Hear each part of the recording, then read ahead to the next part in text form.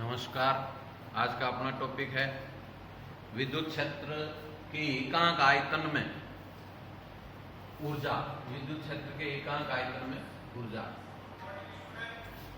विद्युत क्षेत्र जैसे अपन पढ़ा था, किसी वक्र पृष्ठ पर विद्युत दाब मान लेते हैं। एक ये वक्र पृष्ठ है, इसकी त्रिज्या r है।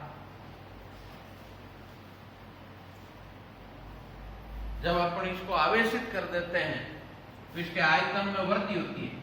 ये गोलाकार पृष्ठ है तो इसका आयतन बढ़ जाता है, यहां तक आ जाता है। यानी इसके आयतन में वृद्धि हो जाती है, क्योंकि जब आवेश आता है तो समान आवेश एक दूसरे को प्रतिकर्षित करता है और इस प्रतिकर्षण के कारण इसका आकार बढ़ जाता है और इसकी त्रिज्या में जो वृद्धि होती है वो dr हो जाती है।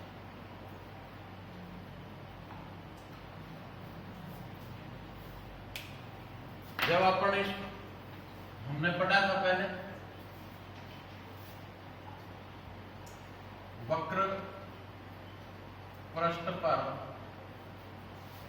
विद्युत दाब P बराबर 1/2 एप्सिलॉन 0 E स्क्वायर।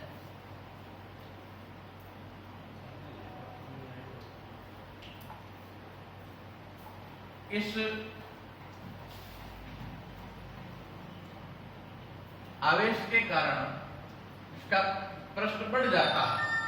यदि अपन इसके पृष्ठ को इसी स्थान पर रखें, इसको दबाया जाए, इस दाब के अतिरिक्त अपने इतना दाब लगाना पड़ेगा यदि अपने को इसके आकार में वृद्धि नहीं करनी हो तो इस पर लगने वाला, तो पहले यहां लिख देते हैं, एक r त्रिज्या का गोलीय पृष्ठ जिसको आवेशित करने पर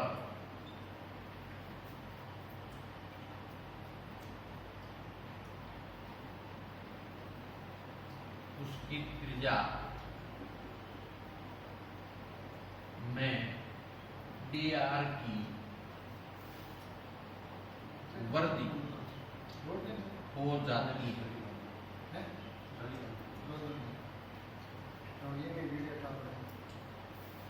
हो जाती है और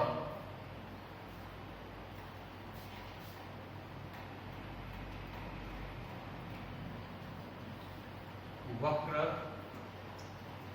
पृष्ठ पर दाब उत्पन्न होता है, जिससे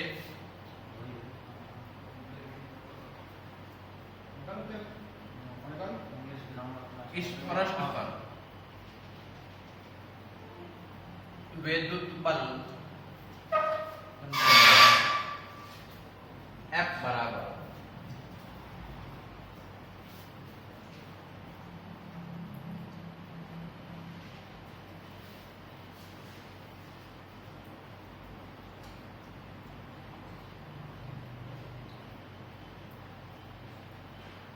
दाब इंटू क्षेत्रफल।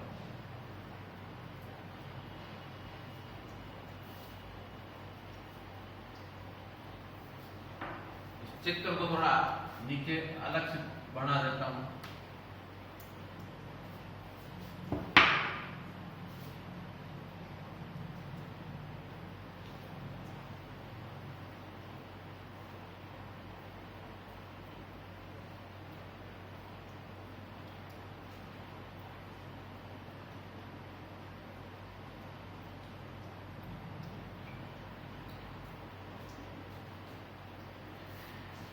ये आवेशित पृष्ठ है, हम इसका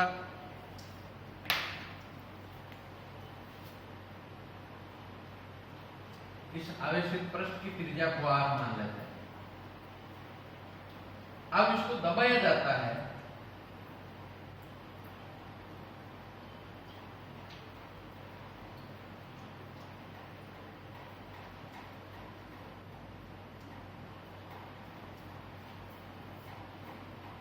dr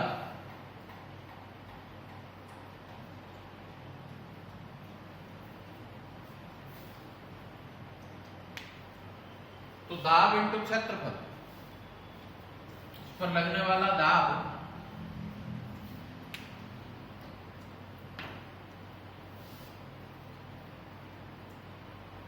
एक बटा दो एप्सिलॉन 0 ई स्क्वायर इंटू क्षेत्रफल 4 पाई आर स्क्वायर। इस जो पाई ये जो पृष्ठ है इसका क्षेत्रफल,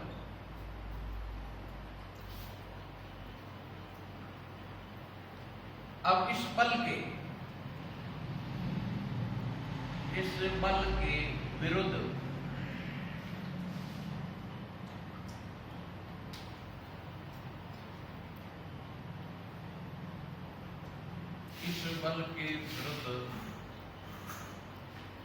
वक्र पृष्ठ को dr दूरी तक विस्थापित करने में किया गया कार्य dw बराबर,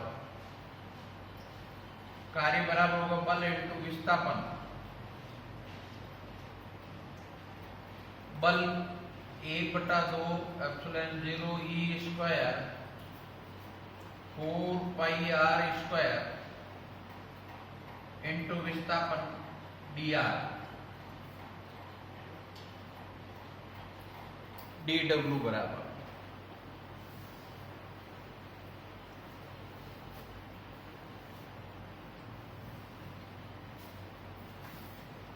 अब इसके यहां 4 पाई आर ईश्वर तो इसका वक्र पृष्ठ का क्षेत्रफल है और dr अति अल्प दूरी है, यहां तक इसको कंप्रेस किया जाता है, दबाया जाता है और दबाने पर इसके क्षेत्रफल में इसके dr दूरी तक इसका पृष्ठ सिकुड़ जाता है, कम हो जाता है। तो यहाँ ये जो dr दूरी और 4 पाई आर स्क्वायर का गुणा है वो किस भाग, ये छायांकित जो भाग है इसके आयतन के बराबर होगा। तो dw बराबर किया गया कार्य 1/2 epsilon 0 e square into dv, यहां dv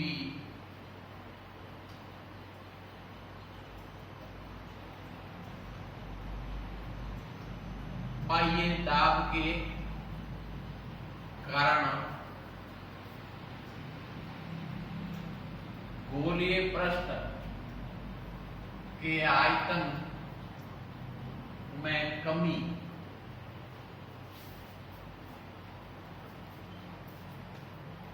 तो dw बराबर dw बट्टा dv का भाग दे देते हैं इधर, तो dw बट्टा dv equal to 1/2 epsilon 0 e square, यहां dw बट्टा dv यानी एकांक आयतन के लिए किया गया कार्य, यही जो कार्य है वो ऊर्जा के रूप में संग्रहित हो जाता है, या U बराबर dw बट्टा dv बराबर 1/2 एप्सिलॉन 0 ए स्क्वायर।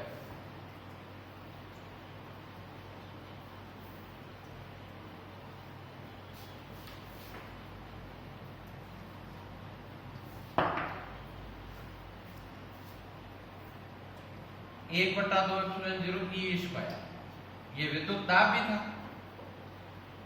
अब यहां डी बट्टा डी डी डब्ल्यू बट्टा डी वी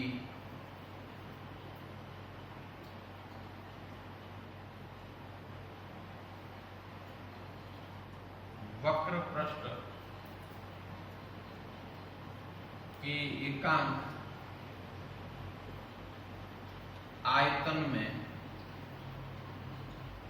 संग्रहित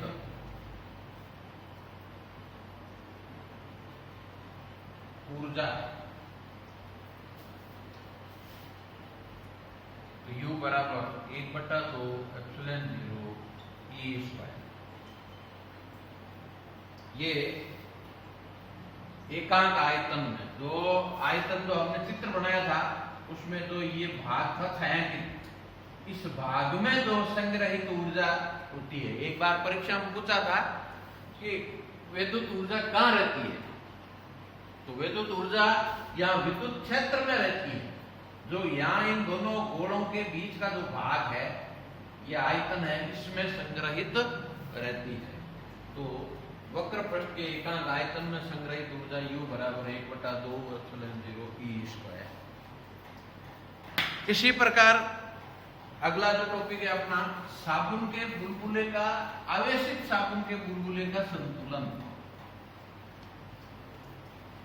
आवेशित साबुन के बुलबुले का संतुलन। आवेशित साबुन के बुलबुले का संतुलन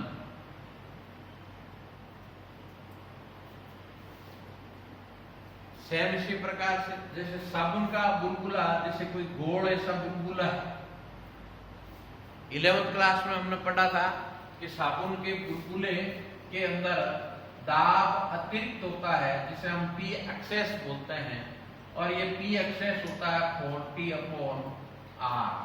R इसकी त्रिज्या है गोले की। जब अपन इसको आवेशित कर देते हैं, जब ये गोला सेमी जब आवेशित हो जाता है,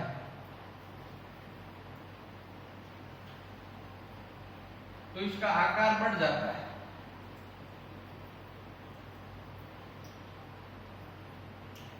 आकार बढ़ जाता है तो P अंदर जो दाब है उसमें कुछ कमी आ जाती है। क्यों? क्योंकि इसका आकार बढ़ गया, आयतन में वृद्धि हो गई। अब ये आवेशित हो गया, और आवेशित एक दूसरे को प्रतिकर्षित होने से इसके पृष्ठ में वृद्धि हो जाती है, और इसके पृष्ठ में वृद्धि होने से अब इसके जो आयतन में, बुलबुले के जो आयतन में कुछ कमी हो जाती है, P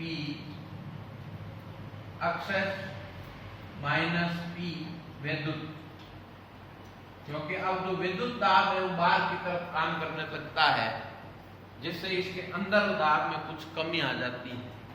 तो विद्युत दाब और अंदर जो दाब होगा बुलबुले के, जैसे इनके सबके नोट्स आपको मैं दे दूंगा, अभी एक बार आपको इसको समझना है।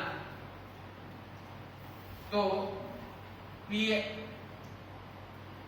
एक्सेस इक्वल टू, तो हमने पढ़ा था कितना, 40/R, और विद्युत दाब, जब कोई भी आवेशित गोला है और इसका विद्युत दाब है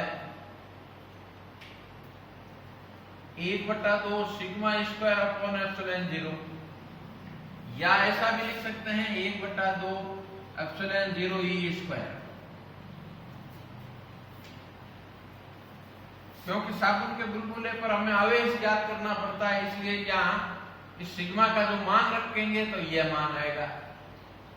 तो अब इसके अंदर वास्तविक दाब गोले बुलबुले में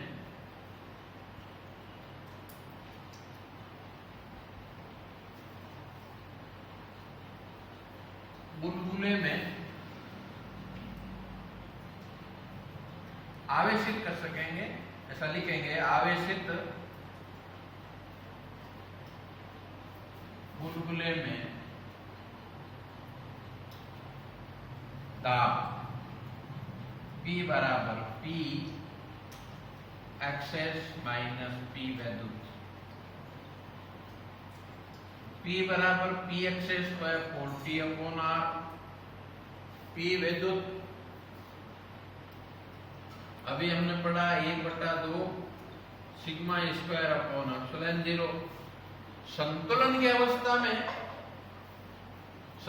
की अवस्था में बाहर का दाब और अंदर का दाब बराबर हो जाएगा, अंदर कोई दाब अधिक नहीं रहेगा, यानी इस बुलबुले के अंदर दाब 0 हो जाएगा। तो संतुलन की स्थिति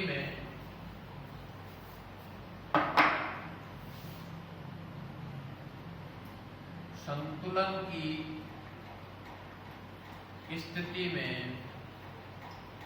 दाब P बराबर 0, अतः 40/R minus 1/2 sigma square upon epsilon 0 equal to 0। पक्षांतरण कर लेते हैं।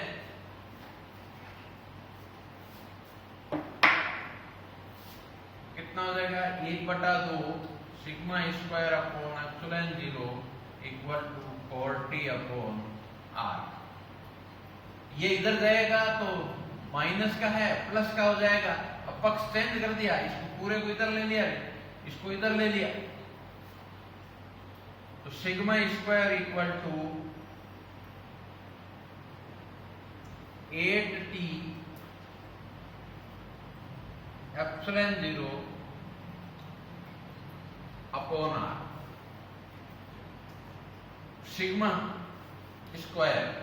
सिग्मा बराबर होता है आवेश, चलो इसको हम ऐसा भी लिख सकते हैं, पृष्ठ आवेश घनत्व equal to root 8T epsilon 0 R। अब यदि आवेश पूछ ले तो सिग्मा इक्वल टू होता है आवेश बटा क्षेत्रफल। गोला है, गोले का क्षेत्रफल होता है 4πr²।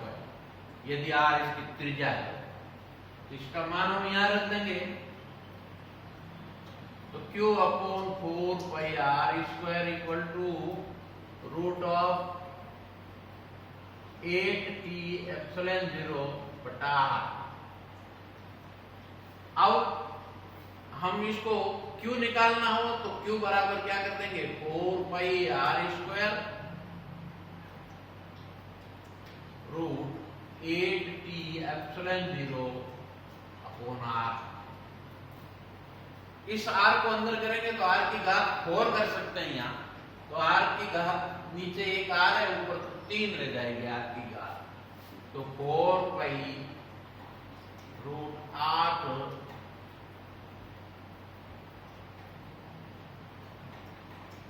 T epsilon 0 R। ये Q का मान आ जाएगा। तो यहां तक ये अपना अभी ये टॉपिक अपना ये पूरा अध्याय यही पूरा होता है। अब इसके जो प्रश्न वगैरह है हम बाद में करेंगे इनको, और अब नेक्स्ट पर हम अगला पार्ट लेंगे।